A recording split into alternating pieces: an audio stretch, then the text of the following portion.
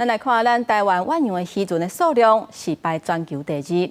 英国渔船若是要探鱼，就要靠人工，使直升机为空中用看的。今嘛经济部结合工研院等等的单位，公开全球头一个无人机探鱼的技术。因要把这个技术应用伫咧远洋渔业，希望会当提高精准度甲安全性，会当增加渔船的渔获量。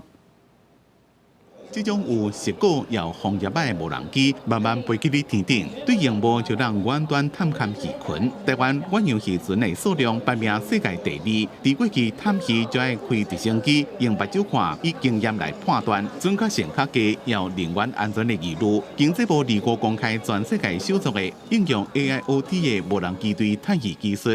然后它可以用 AIoT 的这样的一个技术去判读说哪里有鱼群，然后赶快通知船长就近可以去做一个捕捞的动作啊。那运用这样的一个技术的话，它的这个鱼群判断的准确性高达80%。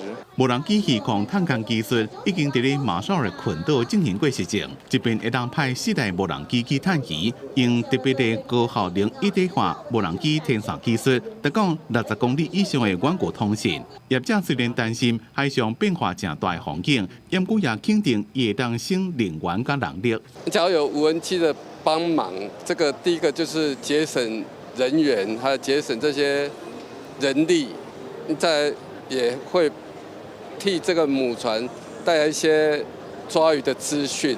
用无人机结合远洋渔业 AIoT 加大系统，希望会当提升渔获量。经济部2月2日伫咧高雄的亚湾新创大南方会场，公开包括无人机等30项创新科技的成果。除了连接在地远洋渔业技术，也关心正能科技解决的方法，希望用科技推动南台湾的产业发展。